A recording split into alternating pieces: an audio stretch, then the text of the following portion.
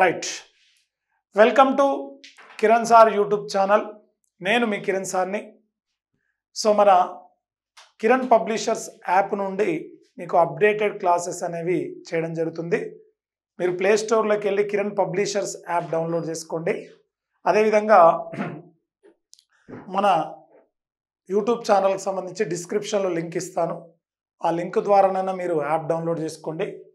ఒకవేళ మీకు అది చేసుకోరాకపోతే మా నెంబర్కి వాట్సాప్ నెంబర్కి గుడ్ మార్నింగ్ సార్ అని పెట్టండి.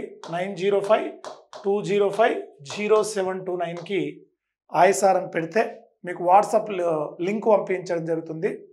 ఇది మన యాప్ లింక్. ఆ యాప్ నుంచి కూడా లింక్ నుంచి కూడా డౌన్లోడ్ చేసుకోవచ్చు. Okay right. సో ఇక మనము కరెంటు పాలిటిక్స్ సంబంధించి ఇటీవల 18వ లోక్సభకి ఎన్నికలు జరిగాయి. సో మనకు తెలుసు భారతదేశంలో మొట్టమొదటిసారిగా లోక్సభకి ఎన్నికలు అనేవి 1951 చివరిలో 1951-52లో మొట్టమొదటిసారిగా లోక్సభకి ఎన్నికలు జరిగాయి. అవునా? తర్వాత ఇటీవల 18వ లోక్సభకి ఎన్నికలు జరిగాయి. 18వ లోక్సభకు 7 దశల్లో ఎన్నికలు జరిగాయి. అవునా? సో మరి ఈ 18వ లోక్సభకు సంబంధించి లోక్సభ అనేది ప్రతి 5 సంవత్సరాలకు ఒకసారి ఎలక్షన్స్ అనేవి జరుగుతాయి. ఈ దేశంలో ఒక ప్రభుత్వము ఉండాలా దిగిపోవాలనేది లోక్సభలో వచ్చే మెజారిటీ పైన ఆధారపడి ఉంటుంది. సో మనకి ఇప్పుడు ప్రస్తుతం 543 లోక్సభ స్థానాలు. ప్రజెంట్ లోక్సభలో ప్రస్తుత స్థానాల సంఖ్య ఎంత అంటే 543 లోక్సభ స్థానాలు. వీరిలో 272 మంది ఎంపీలు ఏ పార్టీకి వస్తే ఆ పార్టీ అధికారంలోకి వస్తుంది. ఒకవేళ 272 కంటే తక్కువ వచ్చినా అధికారంలోకి వస్తుంది, కానీ ఇతర పార్టీల మద్దతు తీసుకోవాలి. ఫర్ ఎగ్జాంపుల్ రీసెంట్గా బీజేపీకి 240 సీట్లే వచ్చినాయి. 240 సీట్లు వచ్చినా కూడా మోడీ మళ్ళీ ప్రధానమంత్రి అయిండు ముచ్చటగా 3వసారి. అంటే ఎందుకయిందంటే 240 స్థానాలు వచ్చాయి. ఇతర పార్టీలు టీడీపీ, జనసేన, జేడీయూ, శివసేన అవునా, సో వీళ్ళందరి మద్దతు తీసుకొని సంకీర్ణ ప్రభుత్వాన్ని కోయిలేషన్ గవర్నమెంట్ ఏర్పాటు చేశారు. మరి 18వ లోక్సభకు సంబంధించినటువంటి కరెంటు ఇష్యూస్ ఏమున్నాయి అనేది మనము నేర్చుకుందాం. సో లోక్సభ దానికి సంబంధించి మీకు పార్లమెంట్ టాపిక్లో మన యాప్లో చెప్తాను బ్యాక్గ్రౌండ్ అంతా. కరెంటు ఇష్యూస్ కాబట్టి 18వ లోక్సభకు సంబంధించిన పరిణామాలు ఏం జరిగాయి అనేది మనం ఇప్పుడు కరెంటు పాలిటీలో చెప్పుకుందాం. ఈ 18వ లోక్సభ ఎన్నికల షెడ్యూల్ విడుదలైన రోజు ఏదంటే మార్చి 16వ తారీఖు 2024. సో 16వ తారీఖు 3వ నెల 2024వ తారీఖు నాడు మనకు ఏమైంది? షెడ్యూల్ విడుదలైంది. ఏం షెడ్యూలు? లోక్సభకు సంబంధించిన ఎన్నికల షెడ్యూల్ విడుదలైంది. ఇది రీసెంట్గా మీకు ఏపీపీఎస్సీ గ్రూప్ 2 ఎగ్జామ్లో అడిగారు. సో ఏ రోజు షెడ్యూల్ విడుదలైందని డేట్తో సహా అడిగాడు. అదేవిధంగా 18వ లోక్సభ ఎన్నికల ఫలితాలు 2024 జూన్ 4 నాడు విడుదలయ్యాయి. ఇది అడగలేదు ఇప్పటి వరకు, అడగడానికి ఆస్కారం ఉంది. 2024 జూన్ 4 నాడు, జూన్ 4వ తారీఖు నాడు ఈ 18వ లోక్సభ ఎన్నికల ఫలితాలు విడుదలయ్యాయి. ఏ రోజండి? 2024 జూన్ 4 నాడు 18వ లోక్సభ ఎన్నికల ఫలితాలు విడుదలయ్యాయి. 18వ లోక్సభ ఎన్నికల్లో ఎన్డీఏ పార్టీ అంటే మనకు భారతదేశంలో 2 పార్టీలు ఉంటాయి. సో బీజేపీ నేతృత్వంలో ఉండేదేమో ఎన్డీఏ పార్టీ, కాంగ్రెస్ నేతృత్వంలో ఉండేది గతంలో యూపీ అని ఉండేది, ఇప్పుడు ఇండియా కూటమిగా మారిపోయింది. సో ఎన్డీఏ అంటే నేషనల్ డెమోక్రటిక్ అలయన్స్ అని చెప్పేసి అంటారు. ఎన్డీఏ అంటే నేషనల్ డెమోక్రటిక్ అలయన్స్ అంటారు. ఇండియా అంటే Indian national development inclusive alliance అంటారు. ఇండియన్ నేషనల్ ఇన్క్లూజివ్ డెవలప్మెంట్ అని చెప్పేసి అంటారు. ఇండియా కూటమి. ఓకేనా? ఇండియా కూటమి అంటే కాంగ్రెస్ పార్టీ కూటమిని Indian national development inclusive alliance అని చెప్పేసి అంటారు. Indian national development inclusive alliance అని చెప్పేసి ఇండియా కూటమిగా పిలుస్తారు. ఎన్డీఏ కూటమిని నేషనల్ డెమోక్రటిక్ అలయన్స్ అని చెప్పేసి పిలుస్తారు. సో మరి ఈ యొక్క 18వ లోక్సభ ఎన్నికల్లో మొత్తము 64.2 కోట్ల మంది ఓటుకు ఉపయోగించుకున్నారండి. ఎంతమంది? 64 కోట్ల మంది ఓటు వేశారు. 64.2 కోట్లు అంటే 64,20,00,000 మంది ఓటేశారు. అవునా? 18వ లోక్సభ ఎన్నికల్లో ఓటేసిన వాళ్ళ సంఖ్య ఎంత? 64.2 కోట్లు అంటే 64,20,00,000 మంది ఓటేసారు మన 18వ లోక్సభ ఎన్నికల్లో. అయితే యాక్చువల్గా మొత్తం ఓటర్లు ఎంత అంటే 96.8 కోట్లు అంటే 96,80,00,000. కానీ ఓటేసింది ఎంత? 64.20,00,000. అవునా? సో ఓటు హక్కును దాదాపు మనకు చూస్తే సో ఇంతమంది ఓటు హక్కును వినియోగించుకోలేదు. 96 నుంచి మనకు 64 తీసేస్తే జనరల్గా దాదాపు 32 కోట్ల మంది ఓటు హక్కే ఉపయోగించుకోలేదు. ప్రజాస్వామ్యానికి ఇది మంచిది కాదండి. ప్రజాస్వామ్యంలో ప్రజల అభిప్రాయాన్ని తెలుసుకోవడానికి జరిగేవి ఎన్నికలు. నువ్వు ఓటు వేయకుండా మన నాయకుడిని పని చేయమంటే రేపు ఎట్లా పని చేస్తాడు? కాబట్టి సో 96 కోట్ల మంది ఓటర్లు ఉంటే 64 కోట్ల మంది మాత్రమే తమ ఓటు హక్కును ఉపయోగించుకున్నారు. 96.8 కోట్ల మంది మొత్తం ఓటర్లు. తర్వాత ఓటు హక్కు ఉపయోగించుకున్న వాళ్ళు 64.2 కోట్ల మంది. తర్వాత వీళ్ళు మహిళా ఓటర్లు 31.2 కోట్ల మంది. సో మహిళా ఓటర్లు ఎంత అందండి? 31.2 కోట్లు అంటే 31,20,00,000 మంది మహిళా ఓటర్లు ఉన్నారు. అయితే యాక్చువల్గా మహిళా ఓటర్లు మొత్తం ఎంతమంది? 47.1 కోటి. అవునా? 47.1 కోటి మంది ఉన్నారు. సో మరి 47,01,00,000 మంది మనము ఈ యొక్క ఓటర్లు ఉంటే 31.2 కోట్ల మంది మాత్రమే మహిళలు తమ ఓటు హక్కును ఉపయోగించుకున్నారు. అయితే భారతదేశంలో 18వ లోక్సభ ఎన్నికల్లో మొట్టమొదటిసారిగా 18 సంవత్సరాల నుండి తొలిసారిగా ఓటు హక్కు ఉపయోగించుకున్న వాళ్ళు 1.85 కోట్ల మంది, 1,85,00,000 మంది మొట్టమొదటిసారిగా 18వ లోక్సభ ఎన్నికల్లో ఓటు హక్కు ఉపయోగించుకున్నారు. భారతదేశంలో మొట్టమొదటిసారిగా తమ ఓటు హక్కును ఉపయోగించుకున్నవారు సో 1,85,00,000 మంది. ఆ తర్వాత 12 రాష్ట్రాల్లో ఈసారి పురుష ఓటర్ల కంటే మహిళా ఓటర్లే అధికంగా ఉన్నారు. ఇది సో ఈసారి 18వ లోక్సభ ఎన్నికల్లో 12 రాష్ట్రాలలో, ఎన్ని రాష్ట్రాలంటే 12 స్టేట్, 12 రాష్ట్రాలలో మొట్టమొదటిసారిగా పురుష ఓటర్ల కంటే మహిళా ఓటర్లే ఎక్కువ ఉన్నారని చెప్పేసి చెప్పుకోవాలి. ఈ 18వ లోక్సభ ఎన్నికలు మొత్తం ఎన్ని దశల్లో జరిగాయంటే 7 దశల్లో జరిగాయండి. 18th లోక్సభ ఎలక్షన్స్ ఎన్ని దశల్లో జరిగాయి? మొత్తము 7 దశల్లో జరిగాయి. 2014 ఏప్రిల్ 19వ తారీఖు నుండి, ఎప్పటి నుండి? 2014 ఏప్రిల్ 19వ తారీఖు నుండి సో 2024 ఏప్రిల్ 19 నుండి 2024 జూన్ 1 వరకు అండి. 2024 ఏప్రిల్ 19th నుంచి 2024 ఏప్రిల్ 19th నుంచి 2024 జూన్ 1వ తారీఖు వరకు మనకు మొత్తం ఎన్ని దశల్లో జరిగింది? 7 దశల్లో జరిగింది. అవునా? ఈ 7 దశల్లో ఏపీ తెలంగాణలో ఏ దశలో జరిగిందంటే ఎలక్షను 4వ దశలో జరిగింది. 4th స్టేజ్లో ఆంధ్రప్రదేశ్ తెలంగాణలో మొత్తం 7 దశలు జరిగాయి కదా. 4th స్టేజ్లో ఆంధ్రప్రదేశ్ తెలంగాణ రాష్ట్రాల్లో ఎలక్షన్ జరిగాయి. తర్వాత మొత్తము 8,360 మంది బరిలో నిలిచారు. 18వ లోక్సభ ఎన్నికల్లో పోటీ చేసిన వాళ్ళ మొత్తం ఎంత అంటే 8,360 మంది పోటీ చేశారు.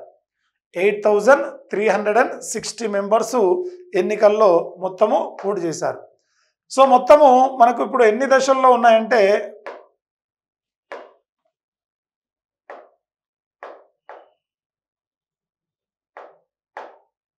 రైట్. సో మొత్తము 7 దశల్లో జరిగాయి. ఇందులో మొదటి దశలో 66.14. మీకు ఎగ్జామ్లో ఏ స్టేజ్లో ఎంత పోలింగ్ శాతం అయింది కూడా ఎగ్జామ్లో అడిగాడు. రీసెంట్గా ఎగ్జామ్లో ఏ దశలో ఎంత పోలింగ్ శాతం నమోదైందని అడిగాడు. అంత డీప్గా వెళ్ళిపోతున్నాడు సబ్జెక్ట్ చూడండి. సో మొదటి దశలో 66.14%, రెండవ దశలో 66.71%, మూడో స్టేజ్లో 65.68%, నాలుగో స్టేజ్లో 69.16%, ఐదో స్టేజ్లో 62.2%, ఆరో స్టేజ్లో 63.36%, ఏడో స్టేజ్లో 62%. ఈ నాలుగో స్టేజ్లోనే ఆంధ్రప్రదేశ్ తెలంగాణ రాష్ట్రంలో ఎలక్షన్ జరిగాయి. ఆంధ్రప్రదేశ్ తెలంగాణ రాష్ట్రంలో ఎన్నికలు అనేవి నాలుగో దశలో జరిగాయని చెప్పేసి చెప్పుకుంటాం. తర్వాత మొత్తం 543 స్థానాలకు మనం ఆల్రెడీ చెప్పుకున్నాం ఇంతకుముందే. ప్రజెంట్ 543 స్థానాలకు ఎన్నికలు జరిగాయి. మరి 543 స్థానాల్లో ఒకటి ఏకగ్రీవమైంది, ఒకటి యునానిమస్. ఏకగ్రీవం అంటే ఎవరు పోటీలో లేకపోతే ఏకగ్రీవం అని చెప్పేసి అంటారు. ఆ ఏకగ్రీవమైనటువంటి స్థానము మనకు సూరత్, గుజరాత్లో సూరత్ నుంచి ముఖేష్ దలాల్ అనేటువంటి వ్యక్తి, ముఖేష్ దలాల్ అనే వ్యక్తి సో గుజరాత్లో సూరత్లో బీజేపీ పార్టీకి చెందినటువంటి ముఖేష్ దలాల్ అనే వ్యక్తి, అతనికి వ్యతిరేకంగా ఎవరు పోటీలో నిలబడలేదు. దాంతో 543 స్థానాల్లో 542 స్థానాలకు ఎన్నికలు జరిగినాయి. సో ఒకటి ఏకగ్రీవమైంది.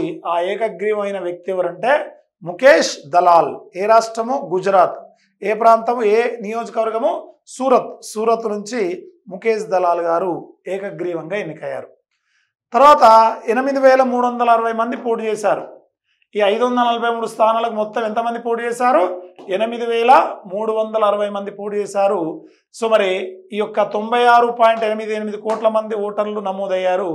అయితే మొత్తము మరి ఇందులో 47.1 పురుష ఓటర్లు, 47.1 స్త్రీ ఓటర్లు, మహిళా ఓటర్లు, 49.70 పురుష ఓటర్లుగా మనము నమోదయ్యారని చెప్పేసి అంటాం. తర్వాత మనకు ఈ 20 నుంచి 29 వయసులో ఉన్న ఓటర్లు 19 నుంచి 19.47 కోట్లు, 20 నుంచి 29 ఏజ్ మధ్యలో ఉన్న ఓటర్లు 19,47,00,000 మందిగా మనకు నమోదు కావడం జరిగింది. తర్వాత 100 సంవత్సరాలు దాటిన వారు కూడా ఈసారి ఓటకు 2.18 లక్షలు. అవునా? అంటే 2,18,000 మంది 100 సంవత్సరాలు దాటిన వాళ్ళు ఓటకు ఉపయోగించుకున్నారు. మరి వాళ్ళకున్న అవేర్నెస్ యువతకు కూడా ఉండాల్సినటువంటి అవసరం ఉంటుంది. 2,18,000 మంది ఓటర్లు 100 ఇయర్స్ దాటిన వాళ్ళు, 100 సంవత్సరాలు దాటిన వాళ్ళు 2.18 లక్షల మంది మనము ఓటక్ అనేది ఉపయోగించుకున్నారు. అవునా? తర్వాత మొత్తం పోలింగ్ కేంద్రాలు మన 18వ లోక్సభలో 10,50,000 10.50 lakhs ఓటర్లు పోలింగ్ కేంద్రాలు ఉన్నాయి. 10,50,000 పోలింగ్ కేంద్రాలు, 10,50,000 పోలింగ్ కేంద్రాలు అనేవి మొట్టమొదటిసారిగా మనకు ఈ యొక్క 10.50 పోలింగ్ కేంద్రాలు అనేవి ఉన్నాయి. తర్వాత మనకు ఈ పోలింగ్ కేంద్రంలో ఏదైతే ఓటర్లకు సహాయపడడానికి ఎన్నికల్లో అక్రమాలకు సంబంధించి ఫిర్యాదు చేయడానికి ఇటీవల ఎలక్షన్ కమిషన్ ఉపయోగించిన యాప్ల సంఖ్య ఎంత అంటే 27 యాప్లు ఉపయోగించారు. ఎన్ని యాప్లు అండి? 27 యాప్లు అనేవి ఉపయోగించారు. తర్వాత ఇక బీజేపీ పార్టీ ఎన్డీఏ కూటమి అనేది అధికారంలోకి వచ్చింది. బీజేపీకి 240 సీట్లు వచ్చినాయి. వచ్చిన తర్వాత 2024 జూన్ 9 నాడు ముచ్చటగా మూడోసారి నరేంద్ర మోడీ గారు భారత ప్రధానమంత్రిగా ప్రమాణ స్వీకారం చేశారు. ఏ రోజంటే 2024 జూన్ 9 నాడు నరేంద్ర మోడీ ఏం చేశారు? మూడోసారి మనకు ప్రధానమంత్రిగా పదవి ప్రమాణ స్వీకారము చేశారు. సో జవహర్లాల్ నెహ్రూ తర్వాత వరుసగా మూడోసారి ప్రమాణ స్వీకారం చేసిన రెండో వ్యక్తి ఎవరంటే మోడీ. ఇందిరాగాంధీ గారు కూడా చేశారు. 66, 71, 77, 80లో చేశారు. కానీ ఆమె కంటిన్యూ చేయలే. మధ్యలో 77 ఎన్నికల్లో ఓడిపోయారు. కానీ మనం ఇక్కడ చూస్తే మనకు ఈ యొక్క నెహ్రూ గారు వరుసగా 4 సార్లు పదవి ప్రమాణ స్వీకారం చేశారు. నెహ్రూ తర్వాత అట్లా కంటిన్యూగా మూడోసారి మళ్ళీ పదవి ప్రమాణ స్వీకారం చేసిన వ్యక్తి నరేంద్ర మోదీ గారు. జవహర్లాల్ నెహ్రూ తర్వాత మూడోసారి భారత ప్రధానమంత్రిగా పదవి ప్రమాణ స్వీకారం చేసిన వ్యక్తి ఎవరంటే నరేంద్ర మోదీ అని చెప్పేసి అంటాము. సో ఎన్డీఏ కూటమి, నేషనల్ డెమోక్రటిక్ అలయన్స్ కూటమిలో బీజేపీతో పాటు 15 పార్టీలు గలవు. ఎన్ని పార్టీలు అంటే బీజేపీతో పాటు 15 పార్టీలు కలవు. ఇందులో బీజేపీకి 240 సీట్లు వచ్చాయి మనకు తెలుసు. ఎక్స్క్లూజివ్గా బీజేపీకి వచ్చిన సీట్లు ఏంటంటే 240 సీట్లు బీజేపీకి వచ్చాయి. తర్వాత టీడీపీ తెలుగుదేశం పార్టీకి వచ్చిన సీట్లు ఏంటంటే 16 సీట్లు వచ్చాయి. Janata Dal United JDU Nitish Kumar party JDU 12 సీట్లు వచ్చాయి. శివసేన ఏకనాథ్ షిండే, సో మనకు ఉద్ధవ్ ఠాక్రే శివసేన ఏమో కాంగ్రెస్కి మద్దతు ఇస్తుంది. ఏకనాథ్ షిండే శివసేనలో 2 చీలికలు వచ్చాయి. సో శివసేన షిండే ఏకనాథ్ షిండే పార్టీ 7 సీట్లు. తర్వాత లోక్ జనశక్తి 5, లోక్ జనశక్తి 5 ఎంపీ సీట్లు మద్దతు ఇవ్వడం జరిగింది. So JDS Janata Dal secular so మనకు 2. తర్వాత జనసేన పార్టీ పవన్ కళ్యాణ్కి చెందినటువంటి జనసేన పార్టీ 2 సీట్లు. పవన్ కళ్యాణ్కి చెందిన జనసేన పార్టీ 2. రాష్ట్రీయ లోక్దళ్ ఆర్ఎల్డి అంటాం. రాష్ట్రీయ లోక్దళ్ వచ్చేసి 2 సీట్లు. ఇతర పార్టీలు 7 సీట్లు అనేవి మనకు ఎన్డీఏ కూటమిలో ఇది మెజార్టీ సీట్లుగా గెలుచుకోవడం జరిగింది. అంటే బీజేపీ తర్వాత ఇప్పుడు ఎన్డీఏ కూటమిలో అత్యధిక సీట్లు ఉన్నది ఏదంటే తెలుగుదేశం పార్టీకే. ఆంధ్రప్రదేశ్లో ఉన్నటువంటి టీడీపీ లేదా తెలుగుదేశం పార్టీకే 2వ అత్యధిక సీట్లు అనేవి ఉన్నాయి. ఓకేనా, రైట్. ఇక ఆ తర్వాత యూపీఏ ఇండియా కూటమి, ఇండియన్ నేషనల్ డెమోక్రటిక్ అలయన్స్ అని చెప్పేసి ఈ మధ్యన యూపీఏ కూటమిని గతంలో యునైటెడ్ ప్రోగ్రెసివ్ అలయన్స్ అని ఉండేది, దాన్ని ఇటీవల ఏ కూటమిగా మార్చారు? ఇండియా కూటమి. So Indian national democratic alliance, Indian national democratic inclusive alliance అనేటువంటి కూటమిని కాంగ్రెస్ పార్టీ ఇతర పార్టీలు కలిసి ఏర్పాటు చేశారు. సో ఇందులో ఈ ఇండియా కూటమికి మరి కాంగ్రెస్కి ఎన్ని సీట్లు వచ్చినాయంటే 99 సీట్లు వచ్చినాయండి. ఇండియా కూటమిలో కాంగ్రెస్ పార్టీకి వచ్చిన సీట్లు ఎన్ని? 99 సీట్లు.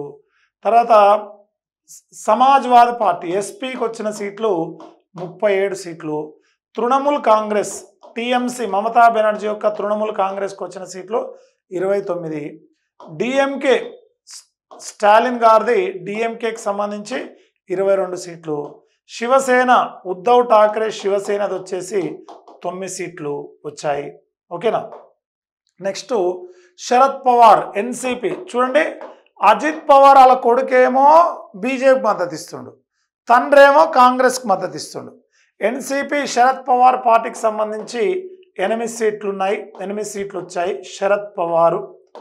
తర్వాత మనము ఆర్జేడి రాష్ట్రీయ జనతాదళ్ లాలూ ప్రసాద్ యాదవ్ పార్టీ 4 సీట్లు. తర్వాత CPM communist party of India Marxist 4 సీట్లు. సో ఇతర పార్టీలు 22 సీట్లు. మొత్తం ఇండియా కూటమిలో ఈ రకంగా మనకు ఈ యొక్క 18వ లోక్సభకు సంబంధించి ఇండియా కూటమిలో ఇవనేవి ఉన్నాయని చెప్పేసి మనం చెప్పుకుంటాం. తర్వాత మనకు చూస్తే 18వ లోక్సభ ఎన్నికల్లో బీజేపీకి వచ్చినటువంటి ఓట్ల శాతం ఎంతంటే 36.6% ఓట్లు వచ్చినాయండి.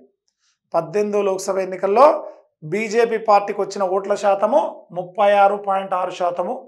18వ లోక్సభ ఎన్నికల్లో కాంగ్రెస్ పార్టీకి వచ్చినటువంటి ఓట్ల శాతము మనం చూస్తే 21.22% అండి. బీజేపీకి వచ్చిన ఓట్ల శాతం వచ్చేసి 36.6%. కాంగ్రెస్కి వచ్చిన ఓట్ల శాతము 21.22%. సో 18వ లోక్సభ ఎన్నికల్లో బీజేపీకి 23.4 కోట్ల మంది 23.45 కోట్ల మంది ఓట్లు వేశారండి. 23.45 కోట్ల మంది ఓటేశారు. తర్వాత కాంగ్రెస్కు 13.63 కోట్ల మంది ఓటేశారు. కాంగ్రెస్ పార్టీకి 13.63 కోట్ల మంది ఓటేశారు. అదేవిధంగా ఆంధ్రప్రదేశ్లో 25 లోక్సభ స్థానాలు ఉన్నాయి కదా, ఆ 25 లోక్సభ స్థానాల్లో సో మనకు టీడీపీకి ఏపీలో 16 సీట్లు వచ్చాయి, బీజేపీకి ఏపీలో 3 సీట్లు వచ్చాయి, బీజేపీకి 3 సీట్లు వచ్చాయి, జనసేనకు 2 సీట్లు వచ్చాయి. పవన్ కళ్యాణ్ జనసేన పార్టీకి 2 సీట్లు 2 ఎంపీలు గెలిచింది. వైఎస్ఆర్ కాంగ్రెస్ పార్టీ జగన్మోహన్ రెడ్డికి చెందినటువంటి వైఎస్ఆర్ కాంగ్రెస్ పార్టీకి 4 సీట్లు వచ్చాయి. ఎన్ని సీట్లు అంటే 4 సీట్లు వచ్చాయి. సో టీడీపీకి 16 మంది ఎంపీలు గెలిచారు ఏపీలో, బీజేపీకి 3 ఎంపీలు గెలిచారు, వైఎస్ఆర్ కాంగ్రెస్ పార్టీకి 4 ఎంపీలు గెలిచారు, జనసేనకు 2 గెలిచారు. ఇక తెలంగాణ పరిస్థితి వచ్చేసి తెలంగాణలో 17 లోక్సభ సీట్లు ఉంటే అందులో కాంగ్రెస్కు 8 సీట్లు గెలిచింది. కాంగ్రెస్ గెలిచిన ఎంపీల సంఖ్య 8, బీజేపీ గెలిచిన ఎంపీల సంఖ్య 8. తర్వాత ఎంఐఎం, సో ఎంఐఎం పార్టీకి 1 సీటు గెలిచింది. సో కాంగ్రెస్ 8, బీజేపీ 8, ఎంఐఎం 1, మొత్తం 17 సీట్లలో మనకు విజయం సాధించడం జరిగింది BJP, Congress, MIM party. BRS alias TRS పార్టీకి 1 సీటు కూడా రాలేదు ఎంపీ సీట్లలో. ఓకేనా.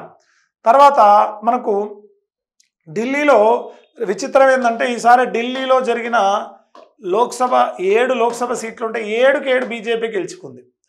So 7కి 7 BJP. అరవింద్ కేజ్రీవాల్ మీద ఆ లిక్కర్ కేసు ఇదంతా కారణము. శాసనసభ ఎన్నికల్లో కూడా అక్కడ ఆమ్ ఆద్మీ పార్టీ ఓడిపోవడం మనం చూసాం.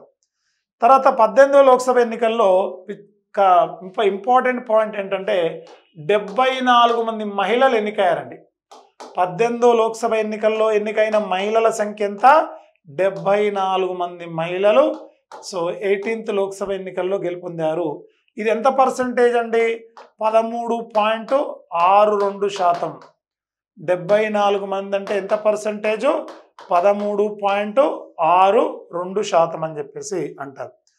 సో 74 మంది ఎన్నికయ్యారు. పోటీ చేసిన మంది ఎంత? 797 మంది పోటీ చేశారు. 18వ లోక్సభ ఎన్నికల్లో పోటీ చేసినటువంటి మహిళల సంఖ్య ఎంత అండి?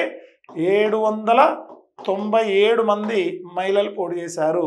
సో అత్యధికంగా ఎంపీలు గెలిచినటువంటి రాష్ట్రం ఏదంటే పశ్చిమ బెంగాల్ అండి.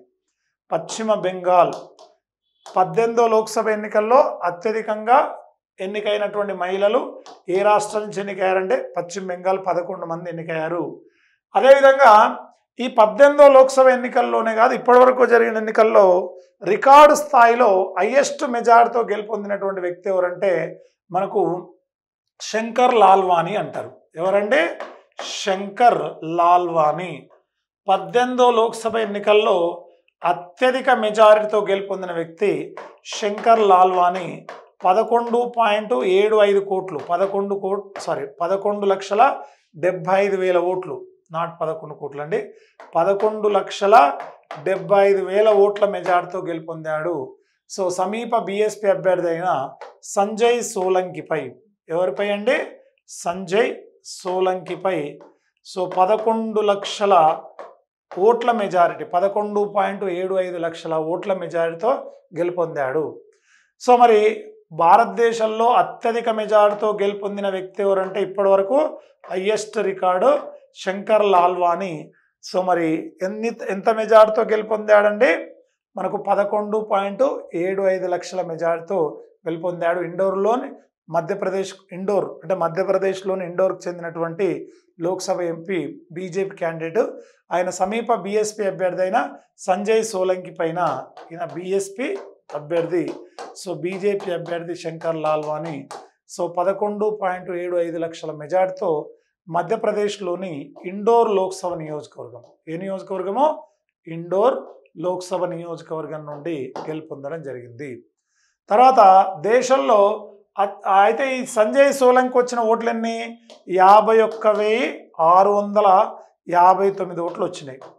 51,659 ఓట్లు అనేవి వచ్చాయి. తర్వాత అతి తక్కువ మెజార్టీతో గెలుపొందిన వ్యక్తి ఎవరంటే ఆధూర్ ప్రకాష్ అండి. 18వ లోక్సభ ఎన్నికల్లో అతి తక్కువ మెజార్టీతో గెలుపొందిన వ్యక్తి ఆధూర్ ప్రకాష్.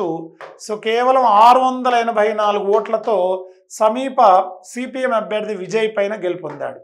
సమీప సిపిఎం సిపిఐఎం అభ్యర్థి విజయ్ అనేటువంటి వ్యక్తి పైన ఆధూర్ ప్రకాష్ గారు కేవలము 684 ఓట్ల మెజార్టీతో గెలుపొందాడు.